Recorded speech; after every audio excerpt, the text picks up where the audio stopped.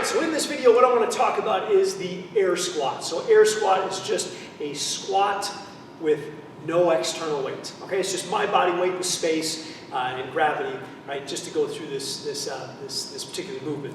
And one of the things you'll notice is I have this ball here. And you don't need one of these balls, but this I find in the gym works really, really well. And it works really well as a depth gauge. Okay? And let me explain what I mean. So first of all, what I'm going to do is I'm going to start actually seated.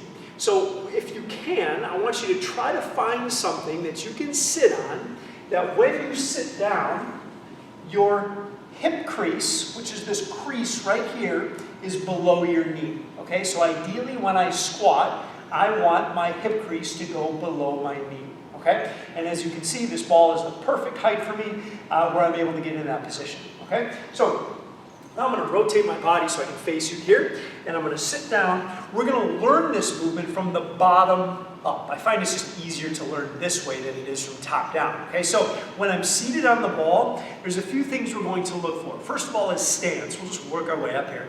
And if you notice my feet, what we want with the feet is we want the toes pointing straight forward.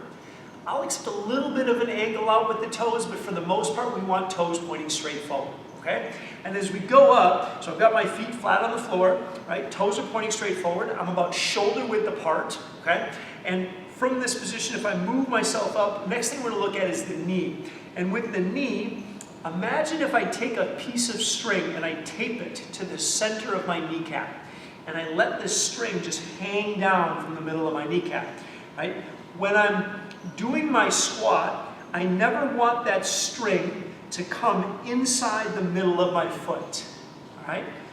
Best case scenario, it's over the center of the foot or slightly outside of that center point. We just never want it to come inward of center. And you can notice as I manipulate the position of my knee, you can see what's happening to my foot. And if you can't, when I bring my knee inward, that beautiful arch in my foot collapses.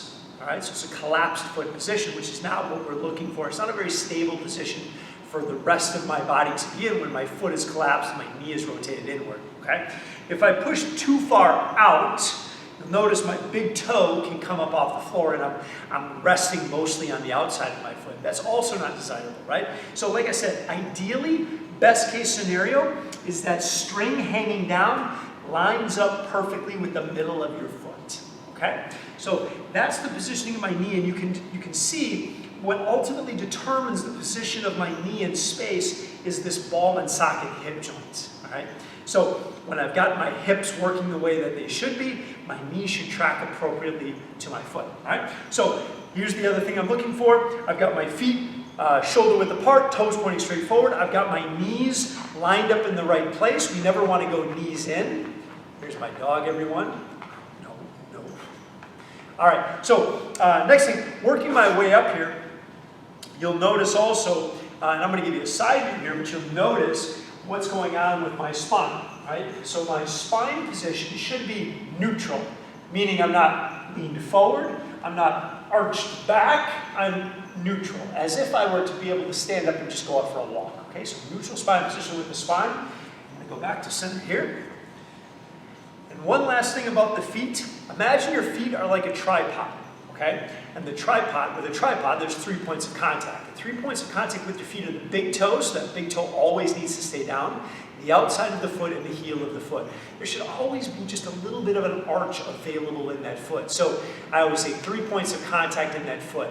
And when you're doing your squats, you should be able to feel those 3 points of contact. And you'll know if you lose those 3 points and that arch collapses, you'll know what's going on because the knee is probably coming inward. Okay? So I've got my positions, I've got my torso, my spine neutral, and now from here, I'm going to lean forward slightly and I'm going to stand. Okay? And one of the things I'll do is I'll reach my arms forward. It just creates a little bit of a counterbalance to help me maintain good positioning as I stand up. So I'm going to reach my arms forward, and I'm going to use all 3 points of contact in my feet to stand myself up into this beautiful posture position. Okay? So from here, I'm going to go back down, and as I go down, we want to create those same positions. Right? We want to follow all of those rules as I descend, just like when I ascend. All right? So here, check it out. Watch my knees. when I squat down, I can rest on the ball just to make sure everything is lined up and ready, okay? Here's the mistake I see a lot of times.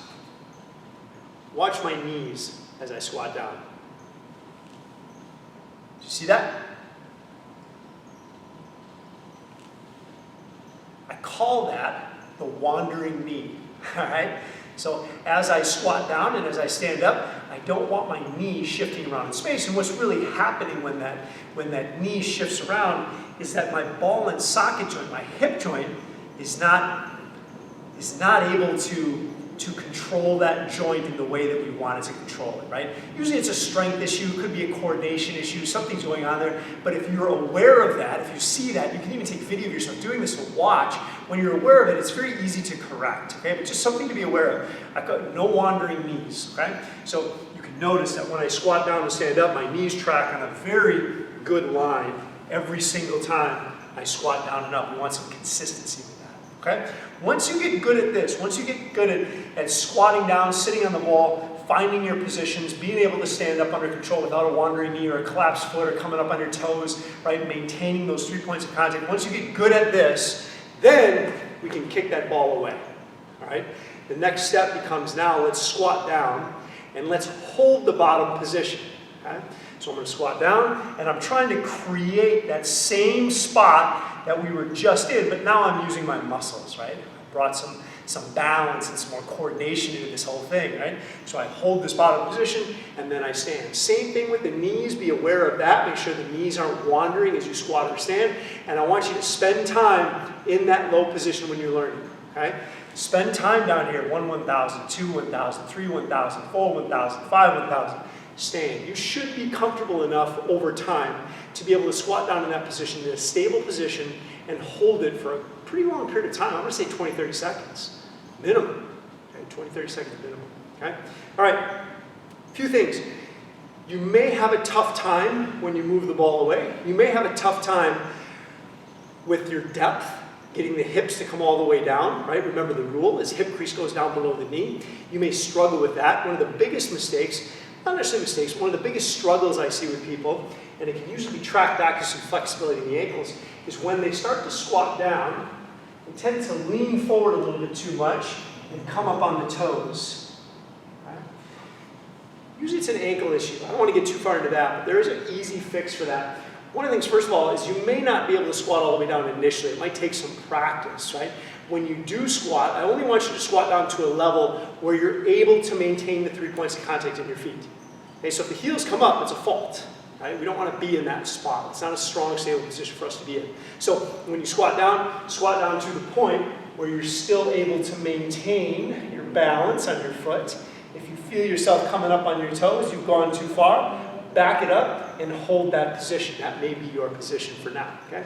Another quick trick, if you have some blocks, what I use in the gym are a couple of weights, like so. Okay? We actually put these down under the heel of my foot.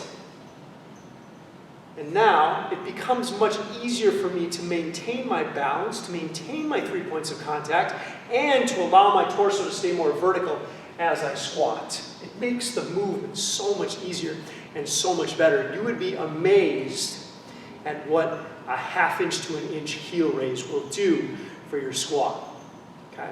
So if you struggle at all with finding that balance, with finding your tripod in your foot, with being able to maintain a nice tall torso, right? I said a lot of people, they tend to lean too far forward. A lot of it, again, can be tracked back to mobility. We can take that lack of mobility out of the equation so easily by raising the heels a little bit. Does that mean we don't want you to improve your ankle range of motion? Absolutely not. But while you're trying to improve that ankle range of motion, I want you still to be able to squat. And this is just a quick, easy way to do it. Okay? All right, so there you go. There's your air squat practice. All right? Get yourself something that you can sit on. Make sure your feet are in the right position. Make sure your knees are tracking appropriately. Make sure you've got your tripod. Practice, practice, practice. Get really good at sitting in that low position. Use the heel raise if necessary. And enjoy, man. It's one of the best exercises that you can do and that you can learn. And once you develop the skill, it's kind of like riding a bike. The skill never goes away. That's the really cool thing. Your conditioning may change as your life goes on, but once you develop this skill to be able to squat, a really valuable skill that we all need throughout our life, it's going to stick with you forever. Okay? All right, so learn it, own it. If you have questions, let me know.